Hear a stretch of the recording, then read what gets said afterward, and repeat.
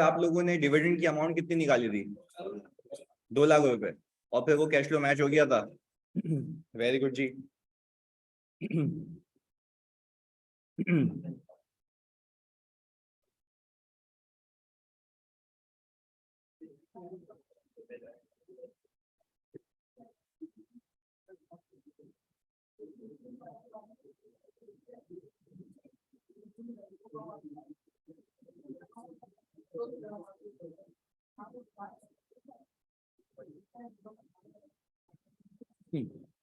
अच्छा यार, इधर देखिएगा।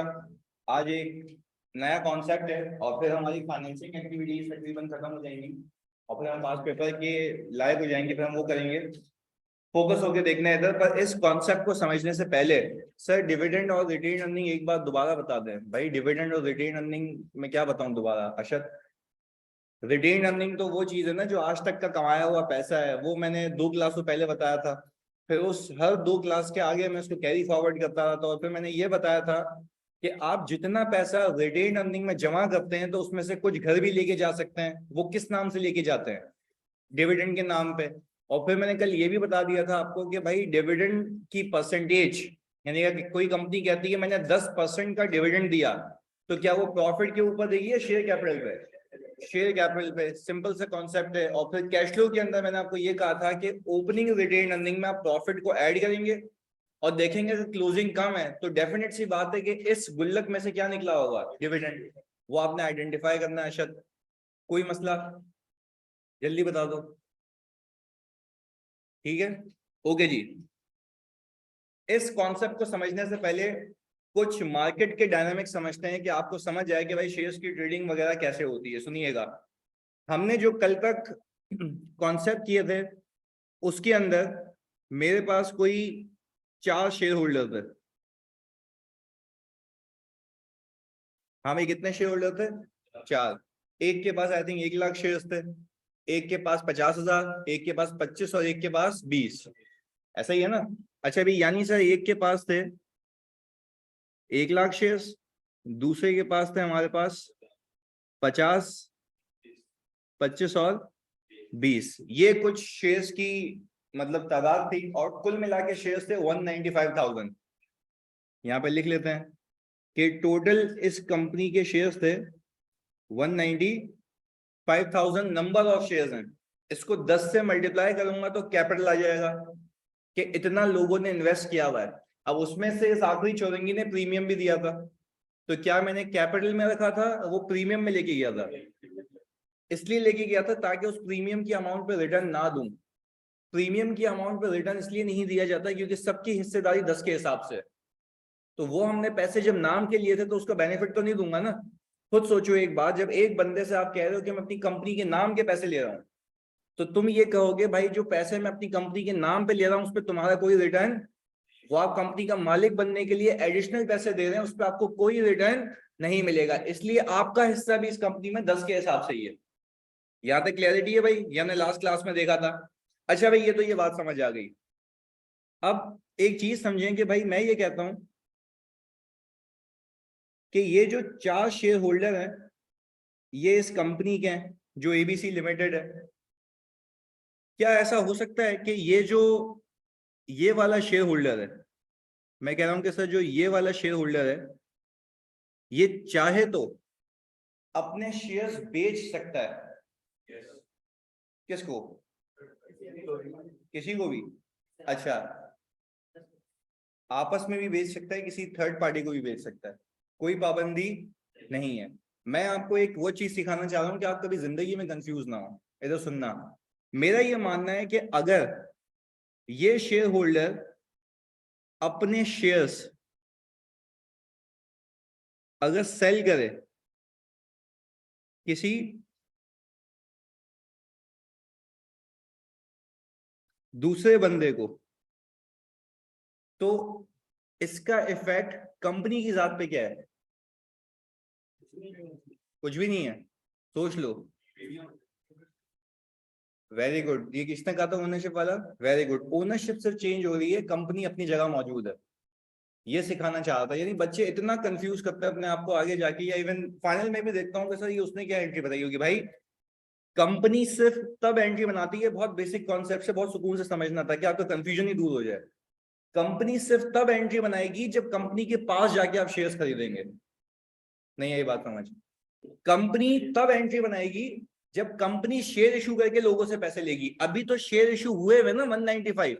अब मार्केट में क्या चलता है, अगर मुझे किसी कंपनी का ओनर बनना है, मैं थोड़ी ना कंपनी के पास जाऊंगा या शेयर्स दे दे, वो बोलेगी भाई जा मार्केट से खरीद ले। मार्केट से खरीदने का मतलब है कि मैं पाकिस्तान स्टॉक एक्सचेंज पे जाऊंगा, वहां पे शेयर्स परचेज करूंगा, एक कंपनी का कोई ओनर होगा, मैं उससे बाय करूंगा।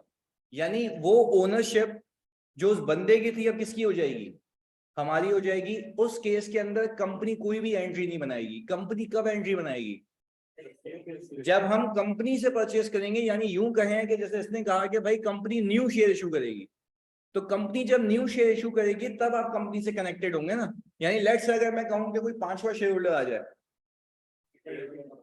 पक्की बात है, तो उस केस में कंपनी एंट्री बनाएगी। इस केस के अंदर कंपनी की जात पे क्यों नहीं इफेक्ट, ओनरशिप तो वही है। वेरी गुड, सेम इन्वेस्टर्स हैं, खाली शेयर्स के ओनर क्या हो रहे हैं। इस कॉन्सेप्ट से समझाना ये था कि कंपनी के शेयर्स अगर शेयर होल्डर्स आपस में बेचें या किसी थर्ड पार्टी को बेचें, उससे कंपनी की जात पे कोई इफेक्ट नहीं होता। कंपनी अपनी जगह मौजूद है, खाली उस कंपनी का मालिक क्या हो रहा है। तभी तो कॉन्सेप्ट है कंपनीज का। दुकान और कंपनी में यही तो फर्क है कि दुकान तो आपने ऑल टुगेदर टिकानी है ना, कंपनी के तो एक से ज्यादा मालिक है, तो आप अपना हिस्सा किसी से भी परचेज कर सकते हैं, चाहे कंपनी की इन्वॉल्वमेंट ना हो। पर कंपनी सिर्फ एक काम करती है, कंपनी अपना एक मेंबर का रजिस्टर बनाती है। मेंबर रजिस्टर का मतलब होता है शेयर होल्डर का रजिस्टर। मेंबर का यहाँ पे मतलब कौन है, शेयर होल्डर, इस कंपनी का मेंबर है वो कंपनी क्या करती है, अपने शेयर होल्डर रजिस्टर को अपडेट करती रहती है। इसलिए अपडेट करती है क्योंकि क्या देना होता है, डिविडेंड। क्या देना होता है, और कल को कोई मीटिंग होगी तो उसमें जो डिसीजन होगा तो वो बंदा लेगा जिसके पास शेयर्स है, जिसके पास शेयर्स है। पहले बताओ ये कॉन्सेप्ट समझ आया। यानी सर ओनरशिप चेंज होने पे कंपनी कोई एंट्री नहीं बनाती, कंपनी अपने पास मेंबर रजिस्टर में नाम काट के दूसरा नाम लिख देती है ताकि ओनर अपडेट हो जाए। इसकी कोई एंट्री कंपनी नहीं बनाता। पहले बताओ यहां तक बात क्लियर है जी। 50,000 बेचे कौन भाई, अगर 25,000 शेयर्स भी बेचे, क्या टोटलिटी में शेयर्स चेंज हो गए या वही है। टोटलिटी में तो वही है ना, कंपनी के पास कोई एडिशनल पैसे आए या कंपनी ने जितने पैसे लेने थे वो ले चुकी है। हाँ भाई, कंपनी ने जितने पैसे लेने थे वो ले चुकी है, अब कंपनी के पास वो पैसे हैं, अब ये आपस में खेलते हैं। अब सर एक और बात सीखो यहाँ पे। पहले बताओ यहां तक कोई कंफ्यूजन, पक्की बात है। आगे ऑनलाइन वालों आप भी कंफर्म कर दें जी।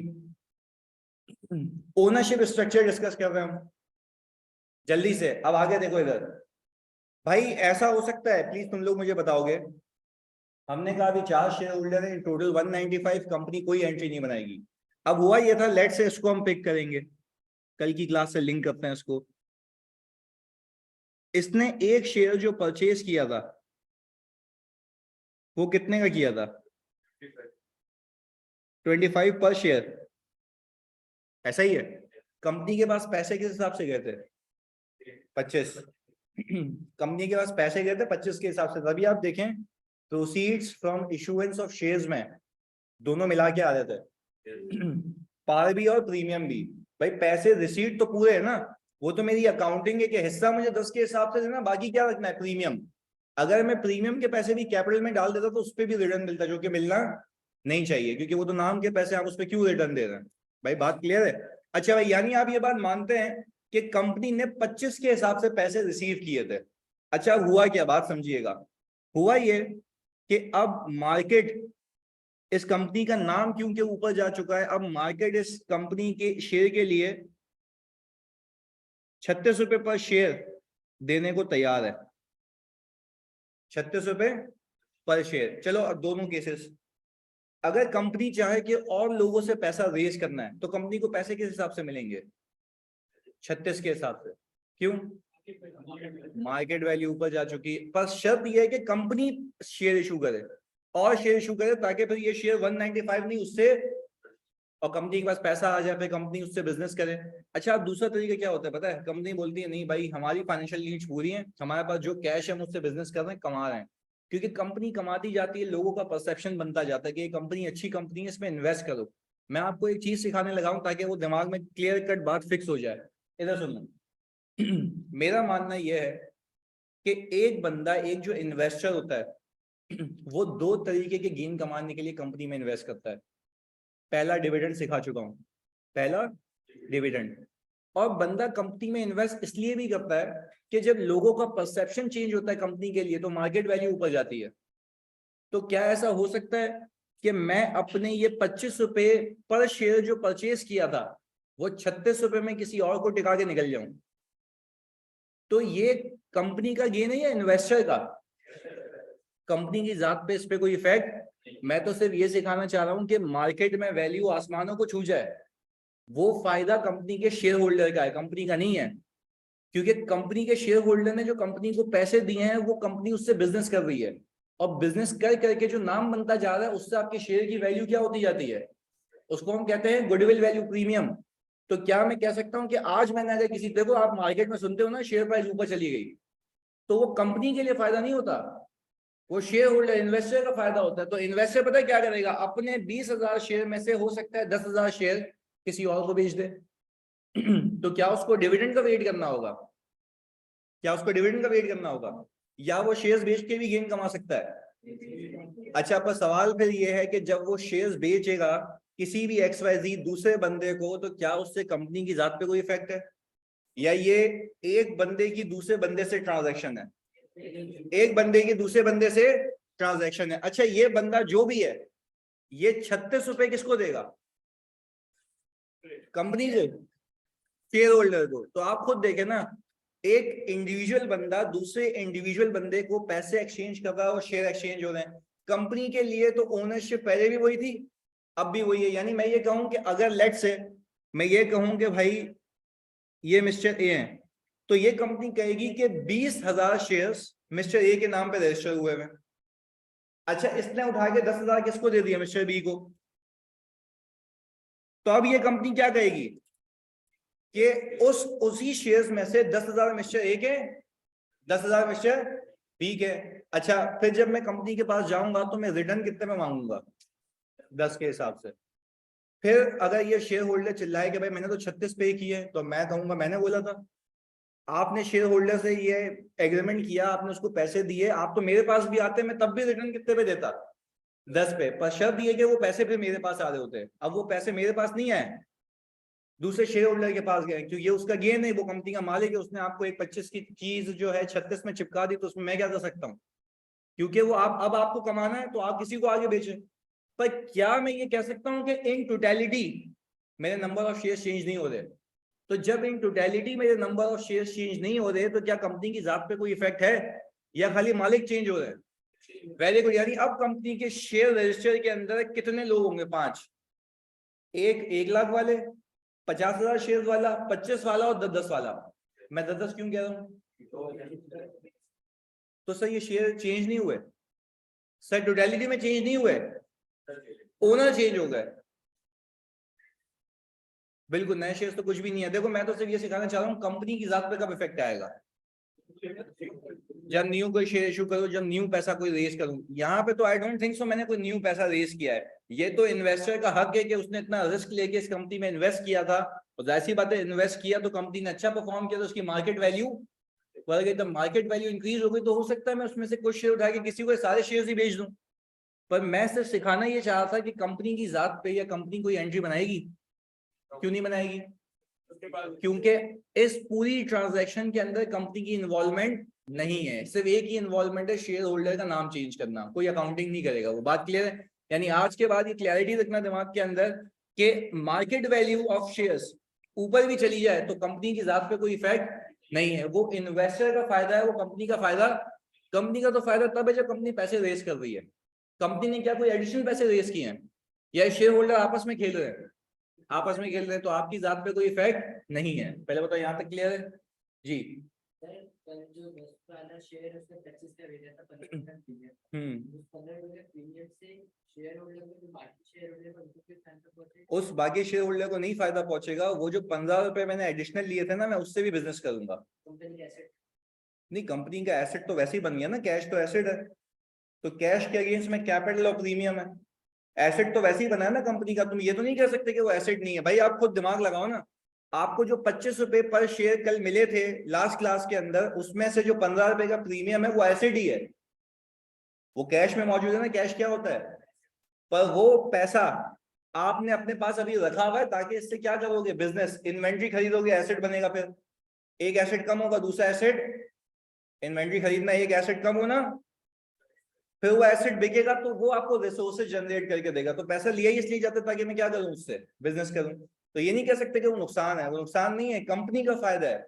पर कंपनी का फायदा ये नहीं है कि पुराने शेयर होल्डर को फायदा मिला, कंपनी को फायदा मिला, ताकि कंपनी उससे क्या करेगी? बिजनेस, बिजनेस करेगी, कमाएगी। कमाई कहाँ जाएगी? कमाई कहाँ जाएगी? जब कमाई रिटेन अर्निंग में जाएगी तो फिर उससे क्या मिलेगा? डिविडेंड। अच्छा, एक तरीका तो कमाने का ये, या तो शेयर होल्डर ये करे कि कंपनी में इन्वेस्ट करे, कंपनी को बुलंदियों पे पहुंचाए और कंपनी के शेयर्स बेच के शार्ट हो जाए। तो इससे क्या फायदा है? शेयर होल्डर को फायदा, शेयर होल्डर को फायदा क्या है? जितने उसने इन्वेस्ट किए थे ना, एक तो वो रिकवर हो जाएंगे और दूसरा ऊपर के पैसे आ जाएंगे, तो गेन ही गेन है ना, कोई नुकसान है नहीं सर। तो तरीका ये है करने का कि अगर मैं भी कोई कंपनी बनाता हूं, तो लेट्स से अगर मैंने कोई प्राइवेट कंपनी स्टेब्लिश की है, तो मैंने भी शुरुआत 10 रुपए से की। अब मैंने उसकी गुडविल बना बना के उसका शेयर को 65 को पहुंचा दिया है। तो अब अगर मैं किसी को ये 65 का शेयर चुपकाऊंगा, तो क्या मेरी इनिशियल इन्वेस्टमेंट रिकवर हो जाएगी? क्योंकि मैंने 10 रुपए के हिसाब से दिए थे, और बाकी 55 भी, वो भी क्या हो जाएगा? क्योंकि वो मेरा गेन हो जाएगा।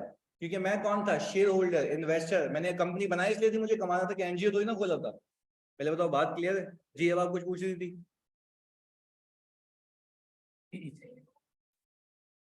देखो मिस्टर ए को 11 रुपीज का जो प्रीमियम आएगा ना, वो सबका सब उसका अपना गेन है, तो वो अपने पास करेगा। आप अकाउंटिंग मिस्टर ए की कर रही है, कंपनी की, कंपनी की। तो we are least concern about कि मिस्टर ए क्या कर रहे हैं।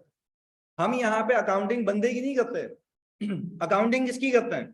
तो ये जो कहानी पूरी सुनाई है ना मैंने आपको, ये जानबूझ के इसलिए सुनाई है ताकि आपका कंफ्यूजन दूर हो जाए कि बंदों की बात अलग है, कंपनी की बात अलग है। क्लियर है जी भाई?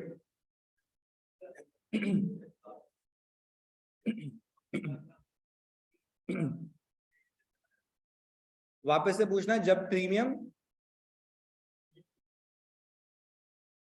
अभी अभी कहा मैंने भाई, अभी मैंने ये कहा ना कि अगर एक ओनर किसी दूसरे बंदे को शेयर्स बेच दे तो कंपनी की जात पे कोई इफेक्ट नहीं है।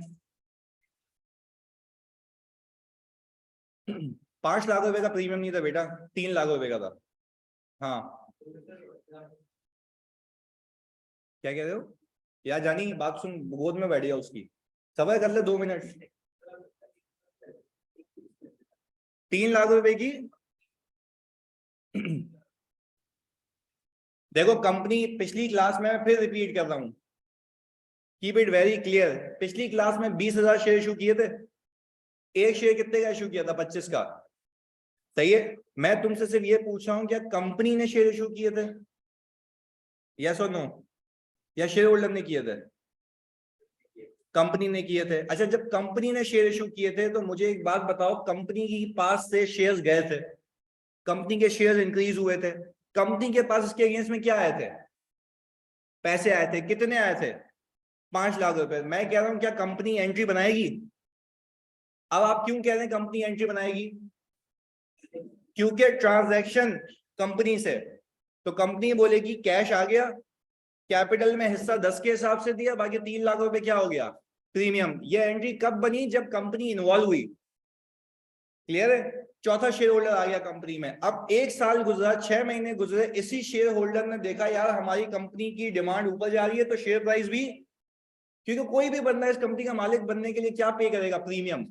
ये बंदा XYZ शेयर होल्डर जो नया बनना चाहता है, वो कंपनी के पास गया, कंपनी ने बोला हमें शेयर इशू ही नहीं करने, हमें 36 रुपए पे भी इशू नहीं करने। क्यों नहीं करने? क्योंकि पैसे की नीड नहीं है। कंपनी बोल रही है बिला वजह क्यों और शेयर होल्डर पालू, 4 सही है, काफी है। फिर हमने क्या किया, इसी बंदे ने मिस्टर ए को अप्रोच किया, इसने बोला यार क्या आपने शेयर्स बेचने को आप राजी हैं? उसने बोला कितने पे? उसने बोला 36 पे। उसने कितने के खरीदे थे? 25 के। उसने बेचे कितने? पर मैं आपसे ये पूछ रहा हूं, 25 की चीज वो 100 में भी बेच दे, क्या ये गेन मिस्टर ए का या कंपनी का है? मिक्सचर ये क्या है, कंपनी के पास तो वही पैसे हैं जो उसने 25 रुपए दिए थे।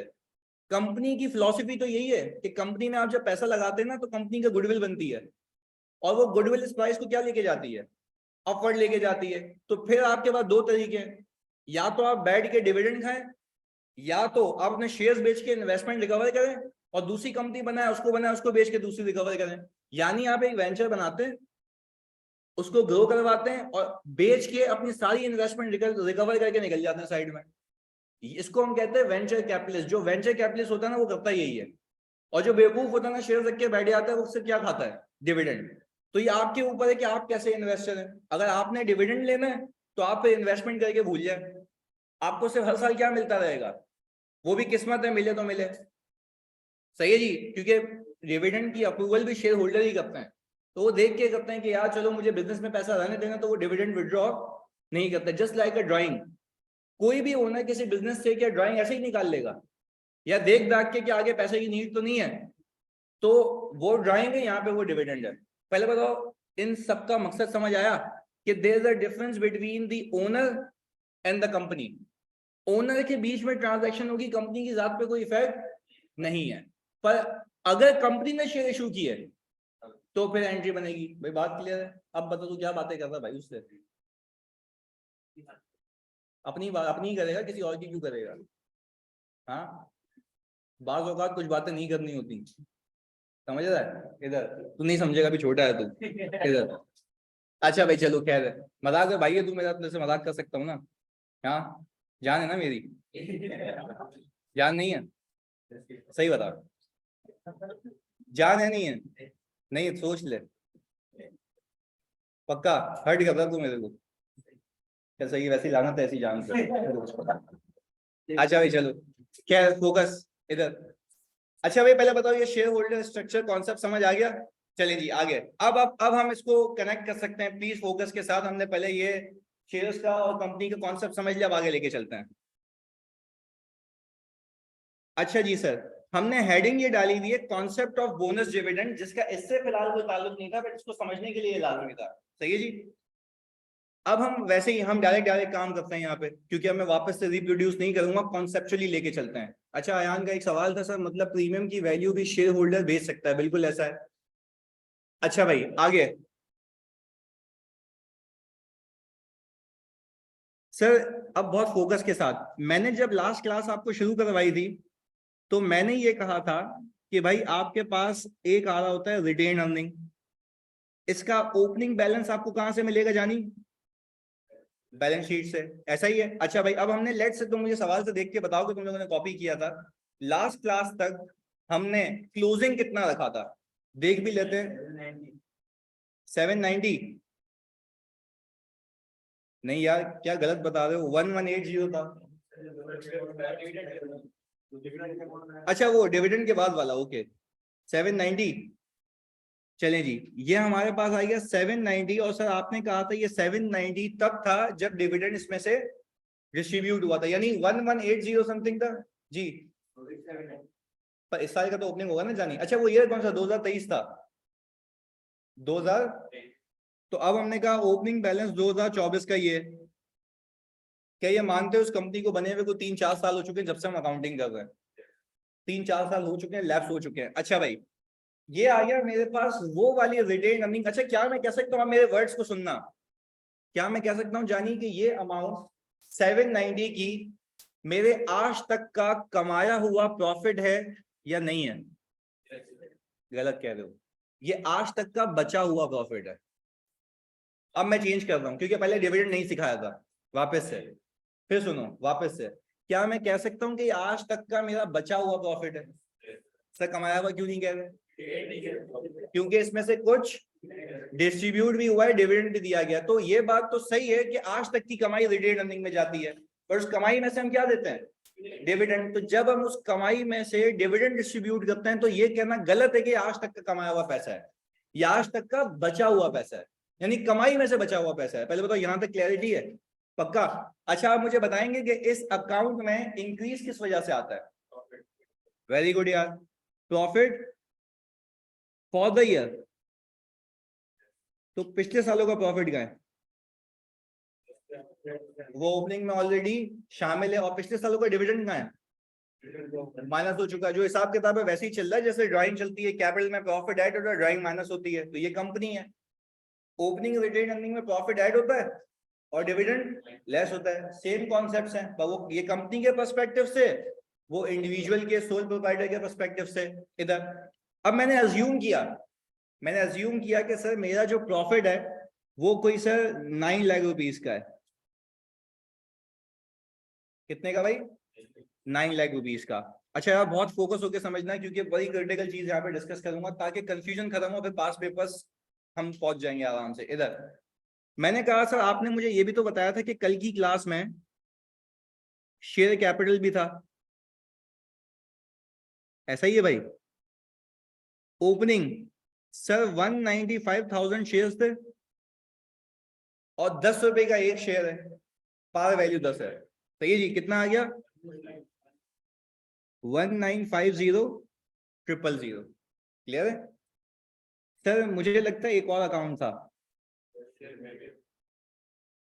शेयर प्रीमियम का।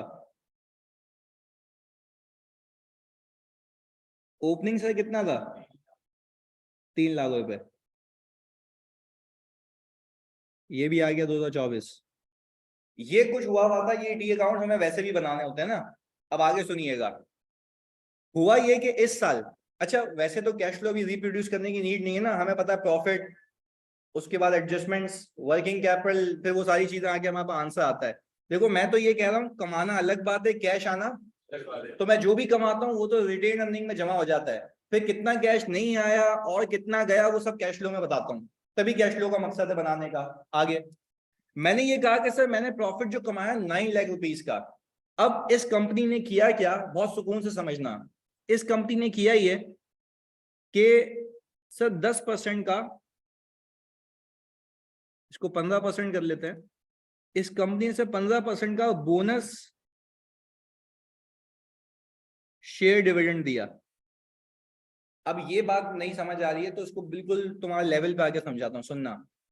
कंपनी के शेयर होल्डर्स कह रहे हैं कि भाई हमें डिविडेंड चाहिए, बट कंपनी कह रही है कि एक प्रोजेक्ट है जिसमें मुझे पैसे लगाने हैं, एक प्रोजेक्ट है जिसमें मुझे पैसे लगाने हैं और डिविडेंड भी चाहिए।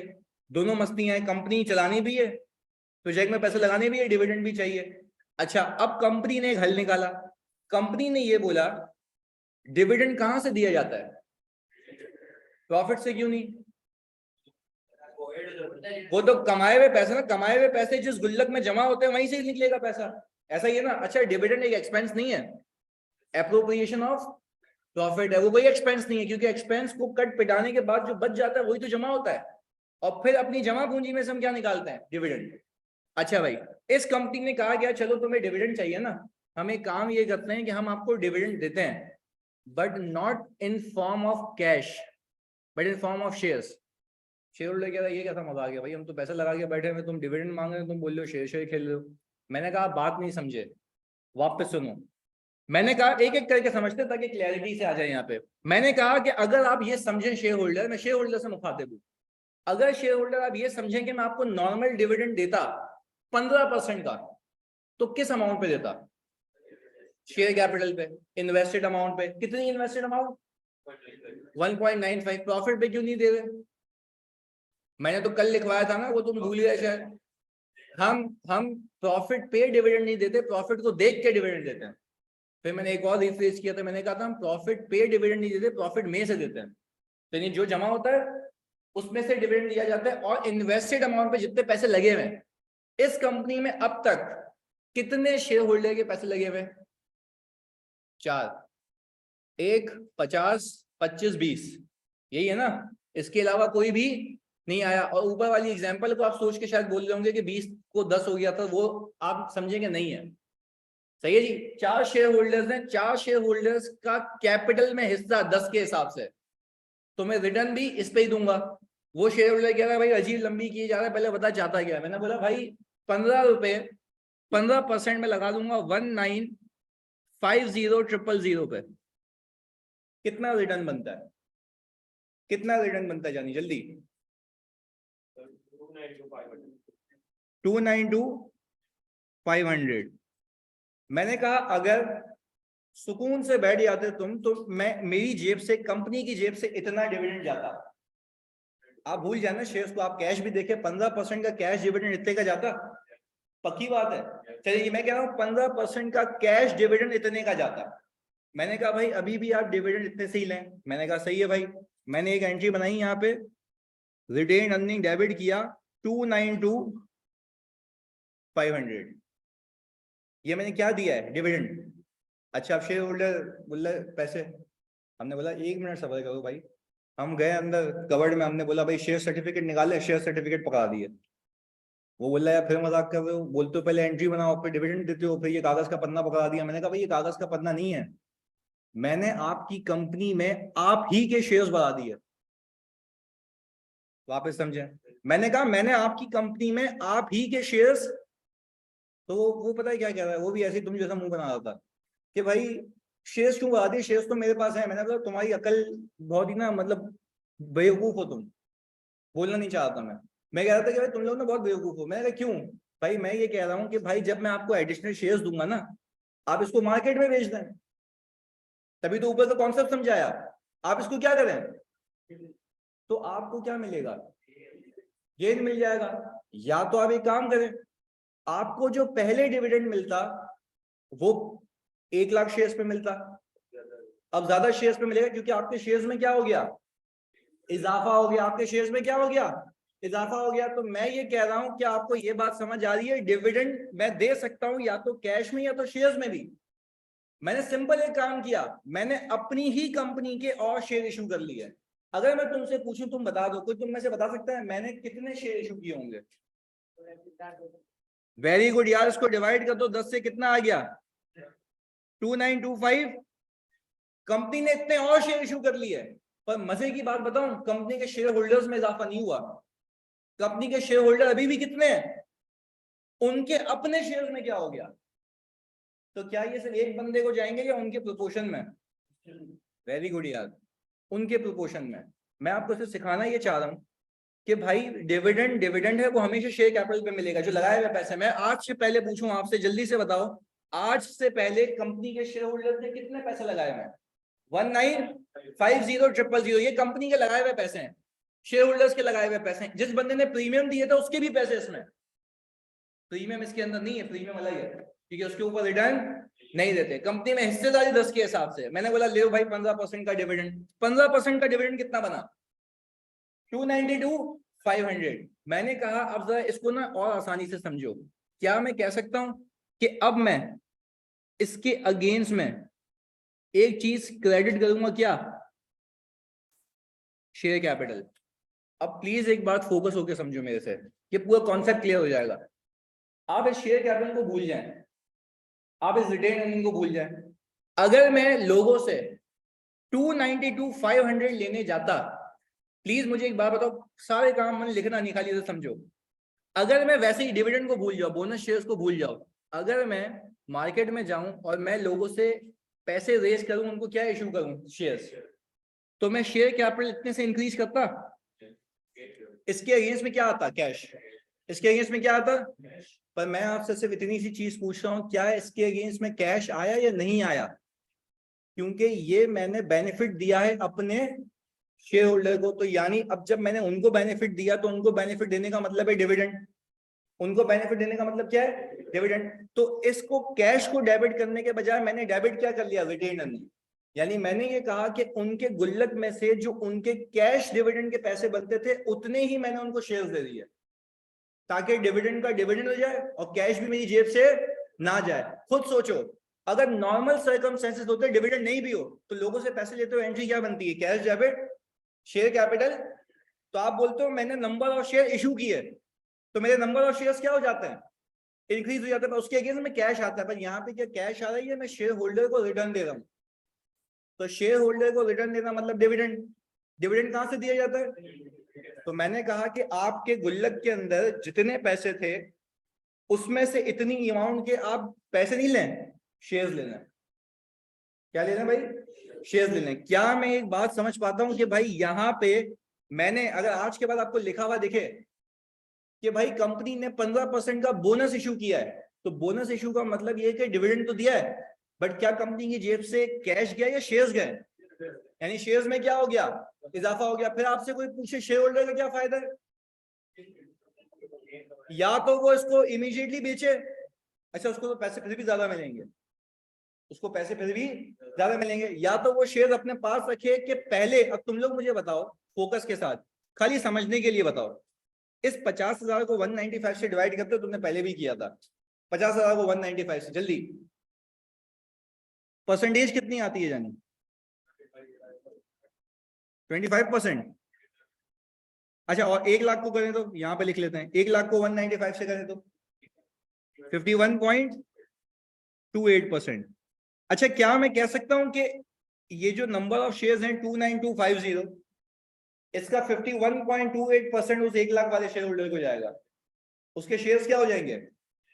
तो अब उसको जो अगला डिविडेंड मिलेगा, क्या वो 1 लाख पे मिलेगा ज्यादा शेयर्स पे? तो उसका फायदा ही है ना, उसका फायदा ही है ना, उसका नुकसान नहीं है। तो समझाने का मकसद ये है, क्या डिविडेंड हमेशा कैश फॉर्म में दिया जाएगा या शेयर्स की फॉर्म में भी? तो भाई शेयर्स की फॉर्म में दिया जाएगा तो रिटेन अर्निंग डेबिट तो होगा, क्योंकि उनके पैसे मैंने उनको रिटर्न कर रहा हूं डिविडेंड के नाम पे। पर क्या कैश जाएगा या शेयर्स इंक्रीज होंगे? अब मैं तुमसे पूछूं, क्या अब कंपनी का शेयर कैपिटल इंक्रीज हो गया?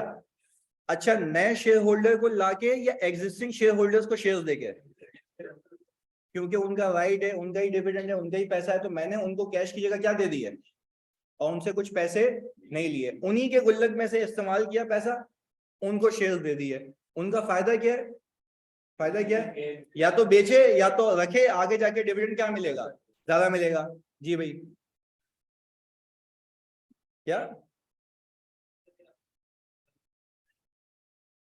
नहीं तो चॉइस तो नहीं दी ना, इसमें तो मुझे पैसे चाहिए भाई। देखो सिंपल रखते हैं, सुनो, कंफ्यूज नहीं करो ना, सिंपल रखो। मैनेजमेंट कैश देगी, कैश वाली एंट्री बना लेना। मैनेजमेंट शेयर्स देगी, शेयर्स वाली। इसमें हम क्यों जा रहे हैं कि मैनेजमेंट चॉइस देगी? चॉइस देनी होती तो ये अकाउंटिंग नहीं सीखते।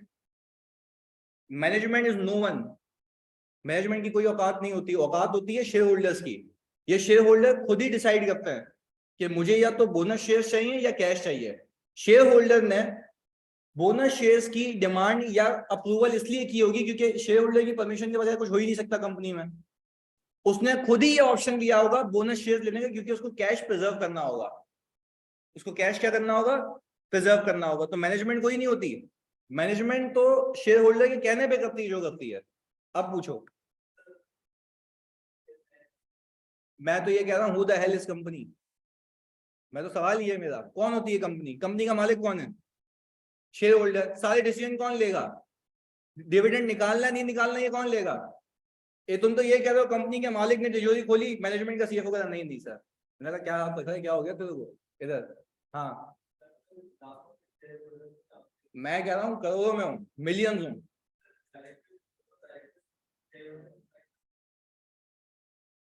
बोर्ड ऑफ डायरेक्टर्स तो एक बोर्ड मेंबर्स है ना कि जो कंपनी को चला रहे हैं, जिसमें कुछ एग्जीक्यूटिव्स होते हैं, कुछ नॉन एग्जीक्यूटिव, कुछ इंडिपेंडेंट डायरेक्टर होते हैं, वो तो गवर्नेंस के लिए हैं। कोई भी, आपने लॉ नहीं पढ़ा ना, भी मसला ये है। लॉ ये कहता है, वो बेसिक उसूल है। भाई चलो एक बात बताओ, घर में मालिक तो बाप है ना, 5-6 भाई बहन है, चलती किसकी है? बाप की। Decision maker, owner. तो मैं कह रहा हूँ चलाएं कंपनी, चला रहे, सब चला रहे हैं घर, चलती किसकी है? मालिक की।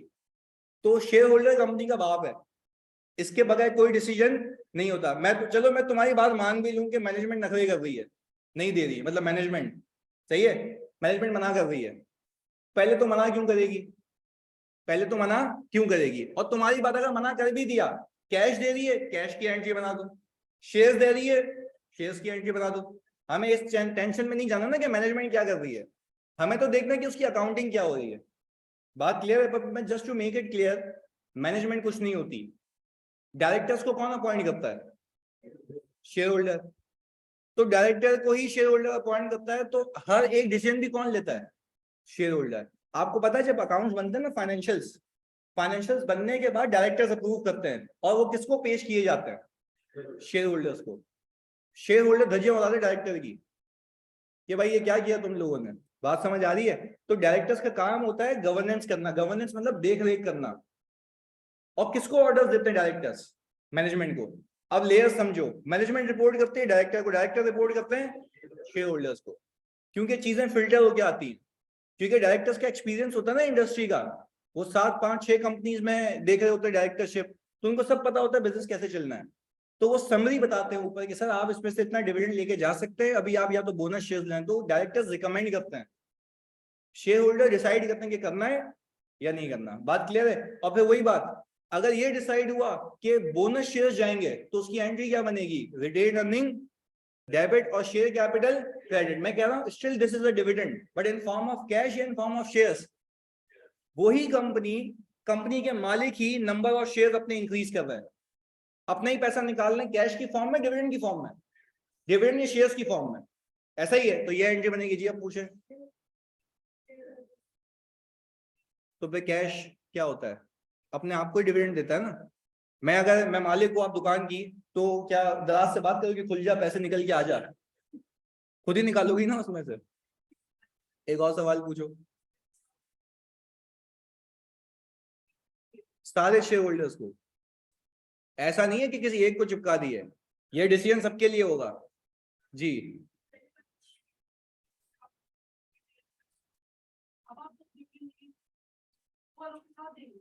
सबको देंगे ना। इस कंपनी के कितने मालिक हैं देखो, आप तो यहाँ से यहीं से आपने हिल गई ना अपने यहाँ पे, ये कंपनी का एक शेयर होल्डर है, सब है इसमें, तो रिटर्न किसको मिलेगा, सबको मिलेगा। ऐसा नहीं होता कि यार तू कल आई हो,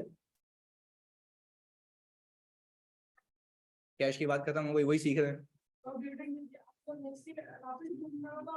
पहले ये साल कर लें, नहीं पहले मेरी बात सुनिए, एक ये साल कर लें, अगले साल चलो तुम्हारी मतलब बात रख भी लेते ना मेरी बहन, अगले साल गए, अगले साल कैश डिविडेंड दे दिया, जल्दी बताओ क्या एंट्री बनाओगे, retain earning debit cash credit. यानी अभी भी डिविडेंड देना कहां से, रिटेन अर्निंग से।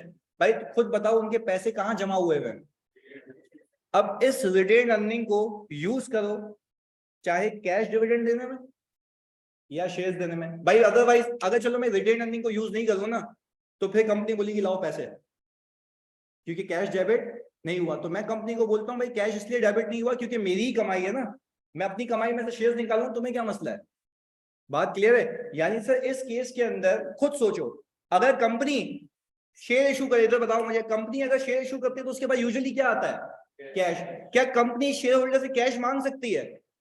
दो तरीके, या तो कंपनी बोलेगी कैश दे दो, अच्छा कैश देंगे तो फिर कंपनी को और शेयर कैश पे इशू करने पड़ेंगे। यहाँ पे मैं कंपनी से जो शेयर इशू करवा रहा हूँ क्या कैश पे करवा रहा हूँ या अपनी कमाई में से, तो मैं बोल रहा हूँ भाई मेरी कमाई है ना, मैं घर लेके जा रहा हूँ, but in the form of cash लेके जा रहा हूँ या in the form of shares लेके जा रहा हूँ, बात एक ही है। यहाँ पे हर एक शेयर होल्डर के शेयर्स क्या हो गए, मैं हर एक क्यों कह रहा हूँ, क्योंकि सबको मिलेंगे, सबको एक ही साथ मिल जाएंगे उनके प्रोपोर्शन में, तो अब जो नंबर ऑफ शेयर्स होंगे वो ज्यादा होंगे। आप कहो अगले साल फिर डिविडेंड दिया बोनस, फिर बोनस से शेयर्स क्या होंगे। मैं आपको बताता हूँ, मैं ईएफयू जनरल का ऑडिटर हूँ ना, EFU general insurance giant company insurance की, उसके जो कंपनी के शेयर होल्डर्स थे ना, उसके जो कंपनी के शेयर होल्डर्स थे, उन कंपनी के शेयर होल्डर्स ने कोई सिर्फ 1000 शेयर इशू किए हुए थे या लाख, आज उस कंपनी के शेयर्स मिलियंस में पहुंचे हुए हैं। और वहां पे बात समझिएगा, तमाम शेयर से बोनस ही बोनस है। यानी एक कंपनी 1 लाख शेयर से स्टार्ट हुई थी, आज मिलियन ऑफ शेयर्स हैं, यानी वही शेयर होल्डर्स अब मिलियन शेयर्स होल्ड करते हैं। क्या उसने बार बार पैसे डाले होंगे या बोनस? वो पता है क्या करते थे शेयर होल्डर्स, उन्होंने गेम क्या किया, उन्होंने किया कि भाई जब भी कमाया कैश नहीं निकाला, कैश रहने दिया, करो बिजनेस। रिटेन अर्निंग से अपने शेयर्स क्या किए और इंक्रीज होते होते होते होते वो मिलियंस पे पहुंच गए, फिर एक साथ डिविडेंड निकाला। अब मुझे बताओ, अब जो कैश डिविडेंड मिलेगा कम मिलेगा ज्यादा, खुद सोचो यार, दिमाग लगाओ। 1 लाख शेयर्स के ऊपर 10% बनता है 10,000, मिलियन शेयर्स के ऊपर 10 बनता है 1 लाख, तो डिविडेंड किसमें ज्यादा है, 1 मिलियन में। तो मैं भी तो यही सिखा रहा हूं कि 1 मिलियन शेयर्स जब पहुंचे थे तो क्या इस शेयर होल्डर ने क्या पैसे डाले थे कंपनी में या बोनस निकाला था। तो यही तो कॉन्सेप्ट है कि बोनस निकाल के आप अपने ही रिटेन अर्निंग को यूज करके, अपनी ही कमाई को यूज करके अपने शेयर्स क्या करते रहे, इंक्रीज करते रहे, ताकि अगर अपने शेयर्स बेचोगे भी तो पैसे ज्यादा आएंगे। ये तो तुमने सारी मार्केटिंग नॉलेज ले ली, अकाउंटिंग से तो तुम दूर हो गए। जी कुछ पूछ रहे थे आप, पार वैल्यू रिटर्न देखो, ये सवाल अच्छा था, इसने बोला कि सर कंपनी क्या बोनस इश्यू मार्केट वैल्यू पे करेगी? भाई मार्केट वैल्यू पे करेगी तो डिविडेंड का कॉन्सेप्ट बेकार हो जाएगा ना। डिविडेंड किस पे मिलता है? पार वैल्यू पे, फेस वैल्यू पे, जो अमाउंट इन्वेस्टेड है। क्लियर है? रिटर्न उस पे ही जाएगा हमेशा हमेशा, एवरी टाइम। लूज कर रही है, हाँ। तो सर अगर वो फिर नया पार्टनर लाएगी तो प्रीमियम देगी, तो डिविडेंड देगा, बाकी प्रीमियम के पैसे। अच्छा भाई बात सुनो, भाई क्या कह रहे हैं, सुनो लॉजिक। ये कह रहे हैं कि सर कंपनी काम करे ना, इन्हीं को ही दे रही है डिविडेंड, सही है जी, और ये नया कोई शेयर होल्डर ले आए उससे प्रीमियम भी ले ले। ये इसको मैं कहता हूँ छोटी सोच।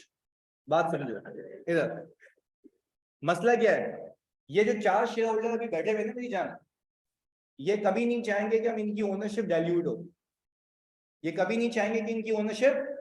तो बोनस का कॉन्सेप्ट कब आता है कि जब कंपनी को और पैसे की नीड नहीं है। मैंने तो शुरुआत मेरे भाई मेरे पप्पू यहाँ से की थी कि कंपनी को पैसे की नीड नहीं है, तो तुम ये क्यों कह रहे हो कि कंपनी को पैसे चाहिए? मैंने आपको क्या कहा, आप मेरी बात नहीं समझ रहे ना, मेरे जज्बात ही नहीं समझ रहे हो, आप मुझे हर्ट कर रहे हो। मैं क्या रहा हूँ, मैं कह ये रहा हूँ, मैं कह ये रहा हूँ भाई आप सबके सामने, मैंने क्या कहा था, कंपनी को पैसे की नीड नहीं है। शुरू से एग्जांपल दे रहा हूँ, कंपनी को पैसे की नीड नहीं है। मैंने ये कहा कि इन शेयर होल्डर्स को पैसे चाहिए, कंपनी को पैसे नहीं चाहिए। इन शेयर होल्डर्स को डिविडेंड चाहिए था, तो इन शेयर होल्डर्स ने वे आउट क्या निकाला कि वो कैश निकालने के बजाय कंपनी से कंपनी के शेयर्स निकाल लिया। बात सिंपल है, क्लियर है? आप क्यों कंफ्यूज हो रहे हैं? आप तो ऐसे लगते हैं कि हमारे बाप की कंपनी है, आपको टेंशन हो गई है कि यार वो यहाँ पे। मैं तो आपको सारे एंगल्स दे रहा हूँ, ये नॉलेज वैसे कोई नहीं देता है क्लास में, मैं आपको अंडरस्टैंडिंग के लिए बताऊं ताकि कोई कंफ्यूजन ना हो। भाई बात क्लियर है, पैसे चाहिए मार्केट चले जाओ, मतलब तुम नहीं जाना, शेयर होल्डर वाली बात कर रहा हूँ। अच्छा जी, नहीं सुनो सुनो सुनो सुनो वापस से देखो भाई, ये सवाल पूछ रहे हैं कि सर रिटेन अर्निंग का अकाउंट डेबिट क्यों हुआ है। मैं आपसे ये पूछ रहा हूँ, आपने शेयर इशू किए, कैपिटल क्या हुआ, इंक्रीज हो गया। अब मैं आपसे दूसरा सवाल पूछता हूँ, क्या कंपनी के पास कैश आया? नहीं आया, पर कंपनी ने कोई कैश तो रिसीव नहीं किया। अब शेयर होल्डर ये बोल रहा है मुझे शेयर तो चाहिए थे। अब एक तरफ कंपनी एक तरफ शेयर होल्डर है, कंपनी शेयर होल्डर से पैसे मांग रही है, शेयर होल्डर कह रहा है कि भाई मैं तुम्हें पैसे क्यों दूं, क्योंकि मेरी ही कमाई है ना, उसको यूज करो। तो उस कमाई को जब यूज करूंगा तो मेरी इक्विटी क्या हो जाएगी, कम हो जाएगी, तो इसलिए रिटेन अर्निंग क्या हो रही है, डेबिट। देखो मैं फिर कह रहा हूं, जब आप कैश डिविडेंड देते हो ना तब भी इक्विटी क्या होती है, यानी आपके जमा किए गए पैसे क्या हो जाते हैं, पर वहां पे जेन्युइन कैश जाता है, यहाँ पे जेन्युइन कैश जा रहा है, ये शेयर्स जा रहा है। अच्छा शेयर्स टेक्निकली जा नहीं रहे, शेयर होल्डर की जेब में ही आ रहा है, इसी को तो मैं कहता हूँ डिविडेंड। अभी मैंने आपको ये फिर जनरल की एग्जांपल दी, 1 लाख शेयर से शुरू हुआ था, आज मिलियंस हैं। आज जब मैं देखता हूँ ना उसकी बोर्ड मीटिंग में बैठ गए कि कंपनी ने 15% का डिविडेंड दिया है, तो वो 15% का डिविडेंड मतलब 15% का होता है, क्योंकि 1 लाख पे 15% लगाऊंगा और मिलियंस पे लगाऊंगा, फर्क है ना। तो लोगों ने क्या किया, उस वक्त कंपनी में पैसा रहने दिया, बिजनेस किया उससे, और अपने नंबर ऑफ शेयर्स को क्या करती रही, इंक्रीज करती रही। अब जब वक्त आ गया खाने का तो अब हर साल बैठ के डिविडेंड खाते हैं। सही है जी जी। हाँ भाई एक सवाल, सर शेयर होल्डर कंपनी का ओनर होता है और सारे डिसीजन वो लेता है जी, आगे। तो किसी को कंपनी नहीं देती किसी साल में, ये भी किसकी डिस्क्रिप्शन होती है, शेयर होल्डर की। आप यूं कहें मेजॉरिटी शेयर होल्डर्स की। अरे क्यों नहीं चाहेंगे भाई, मैं कंपनी का मालिक हूं। आज तुमने एक दुकान चलाई, चलो लेट्स समझो तुम छोले बेचते हो, सही है जी, तुमने ठिया लगाया, तुमने बोला इफ्तार के बाद लोग आएंगे खा के जाएंगे, बात क्लियर है। तुमने पैसे कमा लिए, तुम्हारे पास रखे हैं, तुमने बोला इसमें से लेके जाता हूँ कुछ घर, तुम्हारे लिए वो डिविडेंड है। बंदा गुजर रहा था, उसने बोला कि भाई मैं कच्चे छोले बेच रहा हूँ, अगले दिन के लिए धंधा करना है तुमने, तो तुमने क्या कहा, मैं घर पैसे नहीं लेके जाता, रहने देता हूँ। क्यों रहने देता हूँ, अभी माल परचेस कर लेता हूँ ना, तो ये भी तो यही है भाई, अपनी रियल लाइफ को कंपनी से लिंक करो ना। ये कैसी जिद है कि मुझे पैसे चाहिए, रोना धोना क्या मचाया हुआ है भाई। मेरी विश है ना, मैं निकालूं नहीं निकालूं कंपनी डिसाइड करती है। अब ऐसे तो अब लेट से मैं अगर लेट से मेरी सैलरी अगर 30,000 रुपए, सही है जी, तो अपनी 30,000 की सैलरी में से क्या मैं ये बोलूं कि मुझे नहीं 30 के 30 ही निकालना, भाई मैं कुछ रहने दूंगा, या हो सकता है कुछ भी नहीं निकालूं। मुझे क्या करनी होगी, सेविंग, या उसी पैसे से मुझे कहीं क्या करना होगा, इन्वेस्ट करना होगा। तो इट इज नॉट नेसेसरी कि वो पैसे निकाले। बात क्लियर है? इतनी बड़ी एग्जांपल दी, रियल लाइफ एग्जांपल दी ये फ्यूजनल की। उस कंपनी ने तो पिछले 10 सालों में कुछ नहीं निकाला था, क्यों नहीं निकाला था? क्या पर्पसली नहीं निकाला था? यस। क्या मकसद था उसका? बिजनेस करे और नंबर ऑफ शेयर्स को क्या करती रही वो। अब जब वक्त आ गया ना, जब कमा लिया, मंड गए, अब वो क्या खाते हैं? डिविडेंड। क्वार्टरली डिविडेंड खाते हैं। हर 3 महीने में अकाउंट्स क्लोज होते हैं, हर 3 महीने में डिविडेंड अनाउंस होता है वोटिंग राइट्स के हिसाब से। भाई अगर अगर 50% प्लस शेयर होल्डर कह रहे हैं ना तो डिविडेंड दिया जाएगा, बाकियों की नहीं सुनी जाएगी। सही है, लॉ भी पढ़ा तुम इधर। चलो अब भाई, आता हुआ पैसा किसी बुरा नहीं लगता, पर आने वाला हो तो ना पैसा। बात क्लियर है? कंपनी में पैसा नहीं है, तू बोल रहा है कंपनी को पैसा दो। बात क्लियर है भाई? एक बात सुन लो इधर यार, जानी इधर प्लीज प्लीज प्लीज। अब इसको आगे लेके चलते हैं, काम की बात करते हैं। मैंने पूरी नॉलेज दे दी मार्केट की। ये कह रहा है कि सर आता हुआ पैसा किसको बुरा लगता है। मैं कहता हूँ मेरा तो पैसा मौजूद है ना, पर मुझे मकसद क्या है मेरा? या तो कंपनी को तबाह बर्बाद कर दूं, पैसे निकाल के घर ले जाऊं, या तो कंपनी में रहने दूं, कंपनी को चलाऊं। कंपनी को चलाऊं तो कंपनी को चलाने के लिए कंपनी में कुछ तो पैसा रहने दोगे ना। ये तो यही एग्जाम्पल हो गई कि हम लोग अगर ये इंस्टीट्यूट चला रहे हैं तो जो फीस आई मैं कंधे पे डाल के घर ले जाऊं और यहाँ पे लोगों को सैलरी नहीं दूं, कल कोई मेरे घर के पास दंगा फसाद लगा दें। भाई नहीं होता ना ऐसा। आप पहले पैसे कमाते हैं, आप देखते हैं आपके अखराजात कितने हैं, तो उसमें से बच जाता तो घर लेके जाते हैं। क्लियर है? It's all about concept of company. आप देख दाख के करते हैं चीजें कि भाई लाजमी नहीं है मैं डिविडेंड ले जाऊं। भाई मैंने आपको अभी तो एग्जांपल दी, ईएफपी जनरल ने कितने साल डिविडेंड नहीं खाया था? 10 साल। तो 10 साल डिविडेंड नहीं खाया पर बोनस शेयर्स खाते रहे, वो भी डिविडेंड ही था, पर वो कैश विड्रॉ नहीं किया। मैं ये तो नहीं कह रहा डिविडेंड नहीं है, मैं ये तो नहीं कह रहा कि डिविडेंड नहीं है, मैं कह रहा हूँ डिविडेंड फॉर्म ऑफ शेयर्स है। वो क्या होते रहेंगे? इंक्रीज होते रहेंगे। दो फायदे हैं, either I will sell it, मैं किसी को बेच दूं शेयर्स, या तो मैं क्या करूं, रख के आगे जाके खाएंगे इसको। अच्छा मुझे एक बात बताओ, अगर मैं इसको प्रिजर्व करता हूं आगे जाके नहीं बेचता, एक रिस्क होता है कि जब आप किसी और को शेयर्स बेचते हो ना तो कंपनी का मालिक कोई और बन जाता है फिर। तो आप बोलते हो आपकी ओनरशिप डाइल्यूट नहीं होनी चाहिए। मैंने तो ऐसे ऐसे शेयर होल्डर्स देखे हैं कि 51% की होल्डिंग रख के बैठे हैं, 1% जहां इधर उधर हुआ ना इसका कंट्रोल किया। क्योंकि अगर मैं अगर लेट से मेरी किसी कंपनी में XYZ 52-53% है, सही है जी, तो मैं कभी भी उस 3% को कम नहीं होने देता। इवन जो कंपनी फर्दर इशू भी करती है ना, मैं उसमें भी इतने खरीद लेता हूँ कि 50 से नीचे नहीं हूँ। क्यों? क्योंकि मैं कंट्रोल लूज करना नहीं चाहता। तो ये पावर होती है। और फिर आप डिसाइड करते होते हैं, क्योंकि कंपनी का जो मेजर शेयर होल्डर होता है वो देख रहा होता है बिजनेस के एक्सपर्ट, क्योंकि उससे उसका घर चल रहा होता है। तो वो ये देख रहा होता है कि यार क्या मुझे कंपनी में पैसे रहने देने चाहिए या नहीं रहने देने चाहिए, मैं निकाल लूं, सरप्लस है तो बिल्कुल निकालो। बात क्लियर है? तो it all depends upon the intention, हालात वाकयात। ऐसा नहीं सोचना कभी जिंदगी में कि डिविडेंड लाजमी मिलेगा। डिविडेंड लाजमी मिलेगा नहीं। अब तुम समझ गए हो ना कॉन्सेप्ट। तुम ये बोलो ऐसा लाजमी नहीं कि मैं डिविडेंड निकालूंगा। मैं क्यों कह रहा हूँ डिविडेंड निकालूंगा? क्योंकि हम कौन है? शेयर होल्डर है, मालिक है कंपनी के। इट्स ऑन मी कि मैं डिविडेंड निकालूं या ना निकालूं। डिविडेंड नहीं निकालूंगा तो उसके पीछे क्या कोई लॉजिक होगी? क्या लॉजिक होगी? कि मुझे पैसा प्रिजर्व करना होगा फिर भी डिविडेंड चाहिए, तो क्या निकाल लूं? शेयर निकाल लूं। क्लियर है भाई? पक्का? यानी तुम सबको क्लियर है?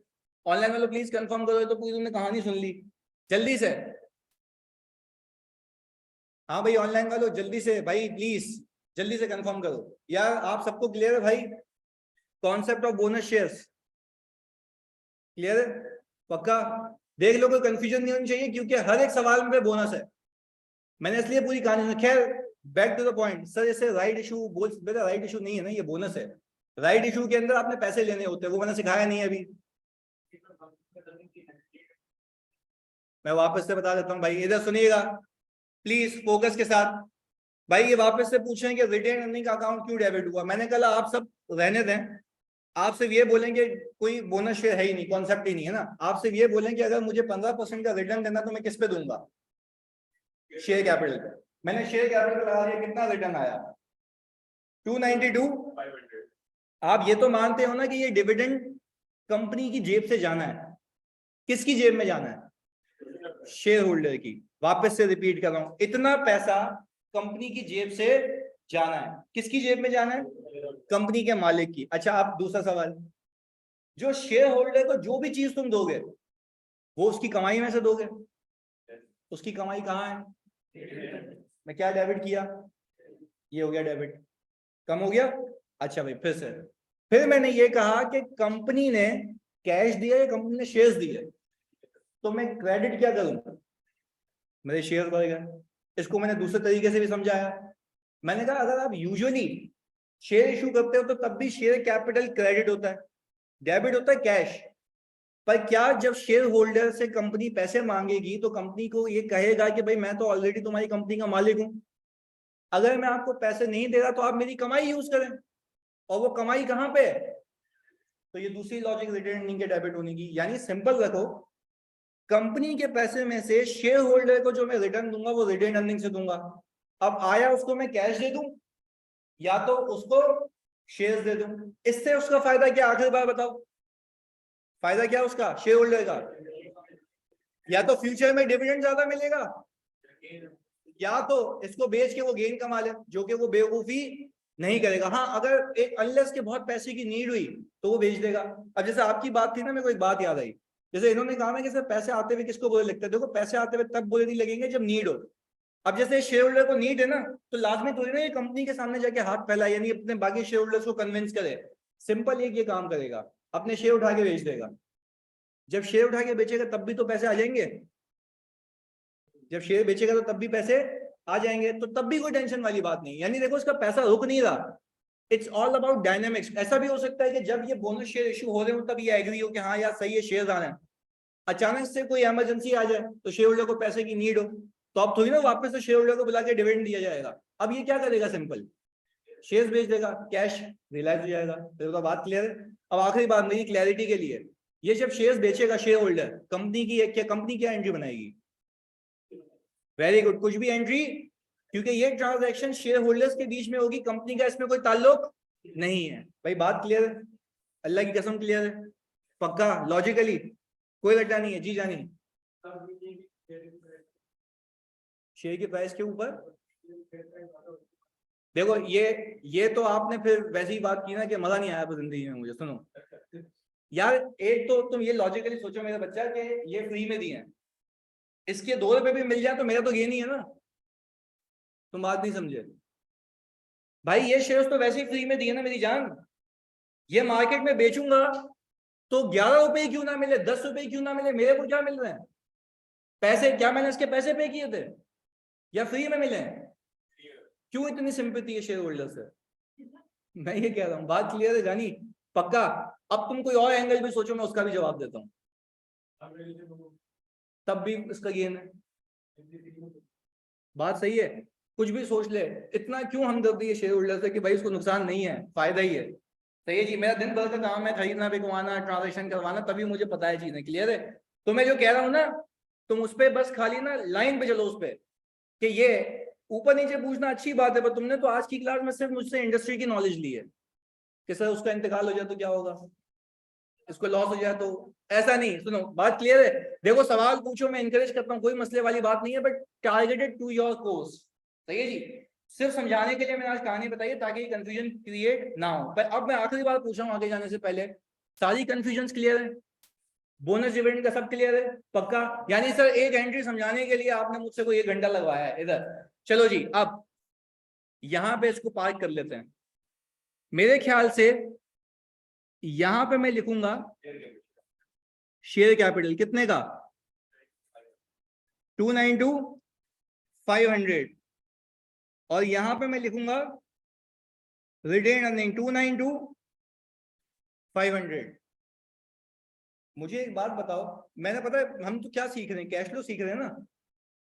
मैं आपको अगर बेवकूफ बनाना होता ना, मेरे लिए 2 मिनट का काम था, मैं बोलता यार चलो इनको तो यूं सिखा के निकल जाऊंगा। तो आपको पूरा गेम समझाना था, गेम ये समझाना था कि बोनस शेयर इशू होने से कैश फ्लो पे कोई इंपैक्ट नहीं होता, बस ये बात समझानी थी, कैश आउटफ्लो नहीं है। आई होप आपके दिमाग में ये नक्श हो गई होगी बात कि इसमें, सुनो मेरी बात फोकस के साथ, इस वाले केस के अंदर मेरा ये मानना है कि एक इक्विटी का कंपोनेंट कम होता है, दूसरी इक्विटी बढ़ जाती है, यानी उन्हीं के गुल्लक को यूज करके उनको शेयर दे देता हूं, कोई कैश का इंपैक्ट नहीं है, कोई कैश का इंपैक्ट नहीं है। पहले बताओ यहां तक बात क्लियर है पक्का?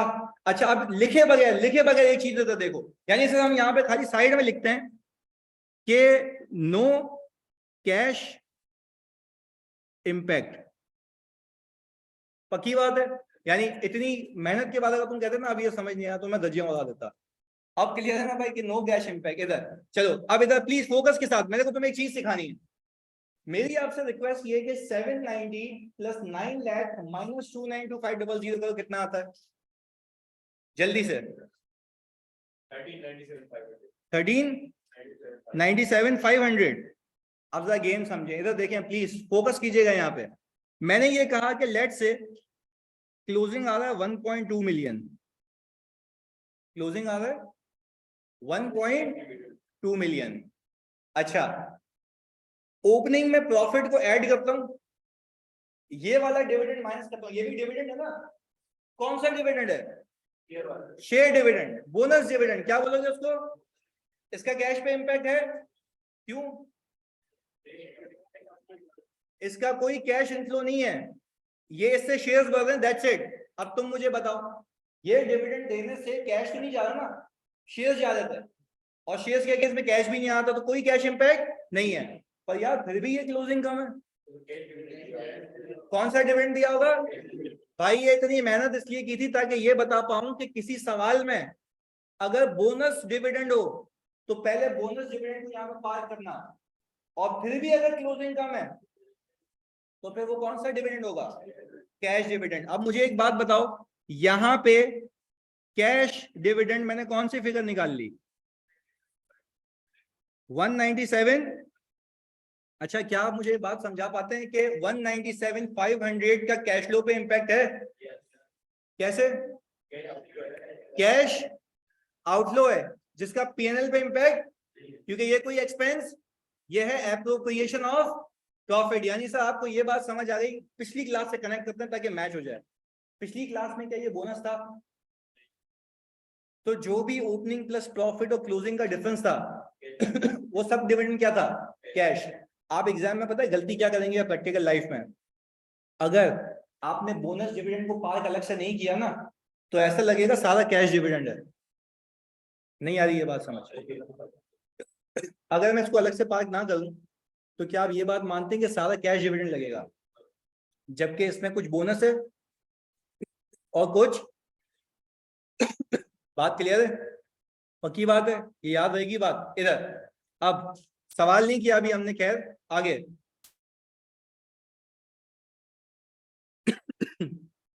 इन दोनों को प्लस करो,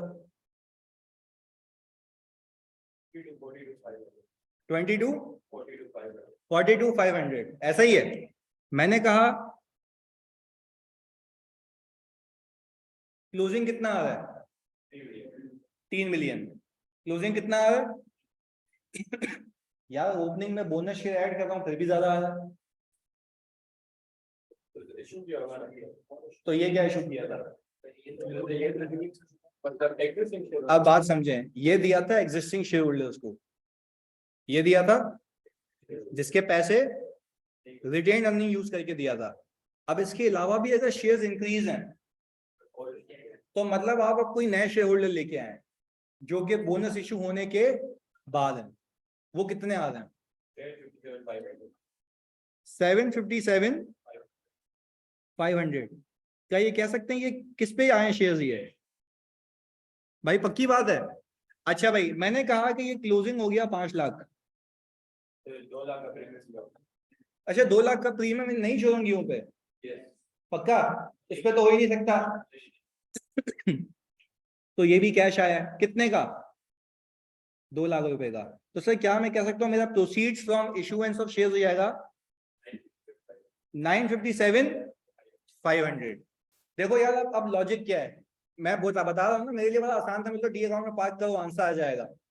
अब इधर देख के बताओ, अगर इस बोनस शेयर्स को अलग से पार्क नहीं करोगे तो क्या लगेगा? सारे कैश शेयर्स हैं, जबकि सारे कैश शेयर्स, क्योंकि कुछ शेयर्स ऐसे हैं जो रिटेन अर्निंग को यूज करके इशू हुए हैं और कुछ शेयर्स ऐसे हैं जिसके अगेंस्ट में क्या आया है? पैसा। तो क्या पैसे वाले शेयर्स कैश फ्लो को इंपैक्ट करेंगे? अच्छा अब मैं आपसे पूछता हूं, आप proceeds from issuance of shares कितने की दिखाओगे? 957 प्रीमियम को इंक्लूड करने के बाद। यानी अभी भी सर कॉन्सेप्ट्स वही हैं, खाली हमने एक चीज ऐड की है, कौन सा? Dividend, bonus dividend. यानी आप एक बात समझें, अगर सवाल के अंदर प्लीज सुनिएगा, मैं एक पूरी स्ट्रीम बना रहा हूँ, आपने ये फोकस होकर मेरे साथ सुननी है ये बात, ताकि आप बाद में कॉपी कीजिएगा। वापस से अगेन रिपीट कर रहा हूँ, सवाल में आपको लिख के दे के लेट से 25 जनवरी पे, साल के शुरू होने के बाद 25 जनवरी पे कंपनी ने 15% का बोनस डिविडेंड दिया है, क्या एंट्री बनाओगे उसकी, जल्दी बताओ। रिटेन अर्निंग डेबिट, इसको अकाउंट्स में अलग से पार्क करोगे, रीजन बताओ अलग से पार्क करने का, ताकि उसका कैश का इंपैक्ट ना है। अच्छा अब तुमसे एक सवाल पूछने वाला है, प्लीज साथ साथ बताओ जल्दी से, पहले तुम सबको भी यहाँ तक क्लियर है ना। अच्छा पहले मैंने बोनस पार्क कर लिया, फिर सवाल में आपको लिख के देगा कि कंपनी ने कोई जुलाई में कैश डिविडेंड भी दिया था, पर उसकी अमाउंट नहीं बताएगा, कैसे निकालोगे? पक्का बैलेंसिंग फिगर आ जाएगी, यानी ओपनिंग में प्रॉफिट ऐड करोगे, बोनस डिविडेंड माइनस होगा, और फिर भी कुछ कम है तो वो कौन सा डिविडेंड है? Cash dividend. अब आगे सुनो, सवाल में तुम्हें लिख के देगा कंपनी ने फर्दर शेयर इशू किए थे, further share not bonus shares, cash पे, तो वो कहां से पता लगेगा? शेयर कैपिटल के अकाउंट में, पक्की बात है। तो शेयर कैपिटल के अकाउंट में बोनस अलग से पार्क करोगे? क्यों अलग से पार्क करेंगे?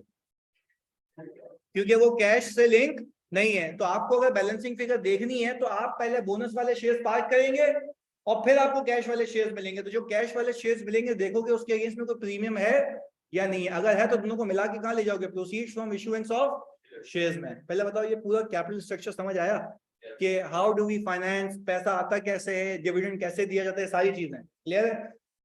इसका एक मासूम सा बेसिक सा क्विज दे दूंगा आपको, वो कीजिएगा और फिर हम अगली क्लास से कॉम्प्रिहेंसिव सवाल करेंगे जिसमें कितनी एक्टिविटीज होंगी, 3, पहली, दूसरी, तीसरी, फाइनेंसिंग। खत्म हो गया फाइनेंसिंग, पक्की बात है। देखो मैं फिर रिपीट कर रहा हूँ, कोई कंफ्यूजन तो पूछ लो, क्लियर है? पक्का। चलिए जी मिलते हैं अगली क्लास में, थैंक यू।